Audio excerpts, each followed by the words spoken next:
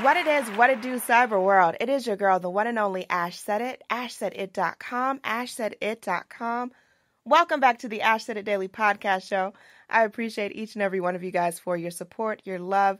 We are nearly, we're just on the heels of 500,000 streams worldwide. Wow. So thank you all for all your love, all your support. It doesn't go unseen. Today, we have the pleasure of having with us the event director of Whiskies of the World, Douglas Smith. Douglas, how are you? I'm doing great, Ash. Awesome. Well, thank you so much for joining us, Doug. But let our audience know, Doug, what is Whiskies of the World? Whiskies of the World is a whiskey festival. It celebrates whiskey, all the diversity of it, the flavors, and everybody who loves it, and everybody who's heard about it, and everybody who wants to know about it. We have whiskeys from all around the world. We have all levels of whiskey imbibers, from the newbies to the experienced and enthusiasts. And so it's a great mix of people. People like to share. They like to explore the flavors together. We combine some food with it. It's just a whole world, a new world of experience for people. Oh, okay. And how did this event start? It started in San Francisco about 18 years ago. It had been running for 10 years, and I took it over about 8 years ago, and then I expanded it from San Francisco to Austin, Houston, Atlanta, and San Jose. It just, whiskey is a very complex and spirit and product. A lot of people don't understand it or how to enjoy it to its fullest enjoyment. And so we are slowly and quickly bringing people to understand how, although it's a very strong spirit, it's subtle and complex, and it's just learning to enjoy, learning how to sip it and get all those intense flavors out of it.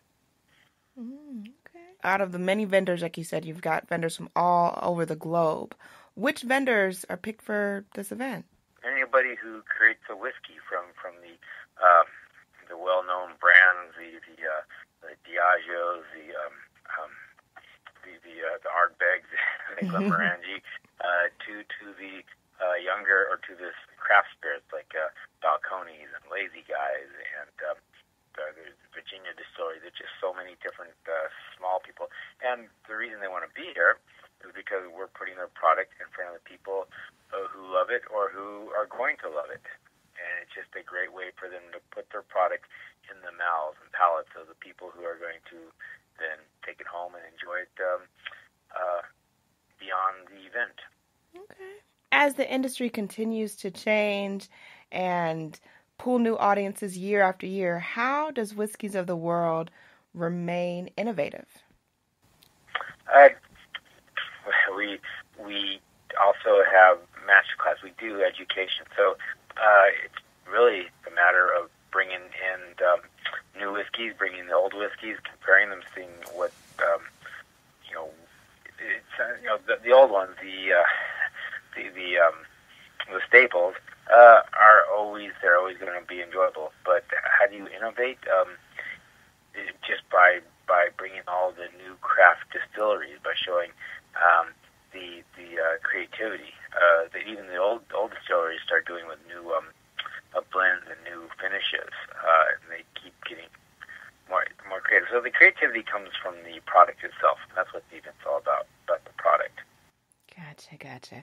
Now, I was fortunate enough to attend last year's event here in Atlanta, GA, and I'm looking forward to this one coming November the 4th, 2017. What can patrons look forward to this year, Doug? Big lineup, almost not enough space in the ballroom. Always having to figure out how to push an extra table because everybody wants to be there.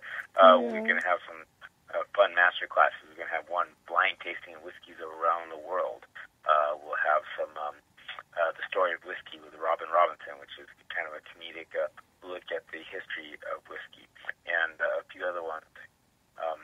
Can't get off the top of my tongue right now. But, so quite a few. Then of course we have the whiskey and cigar pairing, which is always fun, and just a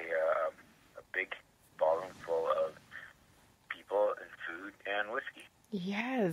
And that's what I wanted to jump into next is the cigar pairing. Well, just whiskey and cigars. It's a natural pairing, like whiskey and chocolate, whiskey and cheese, and whiskey and steak, whiskey and salad, whiskey and dessert. It just You just kind of went. there's probably a few I haven't thought of that'll be good too. And so it's just it's a natural, relaxing way to enjoy the evening, smoke a stogie and have a sip of whiskey. But again, a lot of times you have an expert who can. It's all art, like art appreciation. You learn a little bit more details about what goes into the cigar. It's not just tobacco wrapped in a wrapper.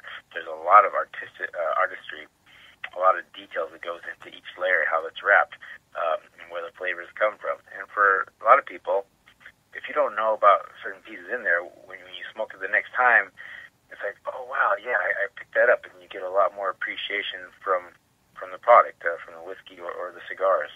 Do most vendors, I guess, travel with the show? Are they all the same vendors? No. Each city is different. So the local vendors will be different. There's some big producers who will go to the various shows. It depends on if they have people to work the event, and if it's a city of which they're interested in promoting their product for the market. Okay. And are there any plans to expand to other cities here in the U.S.? Yeah, we're always looking for the next great city to go to.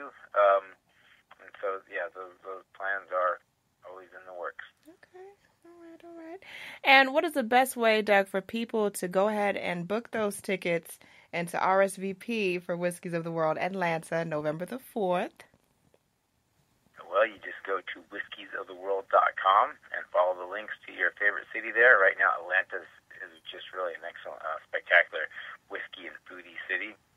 So it's always been one of the easiest shows to develop because the people there are just the right audience. They have taste buds and they appreciate these finer things. So go to whiskiesoftheworld.com.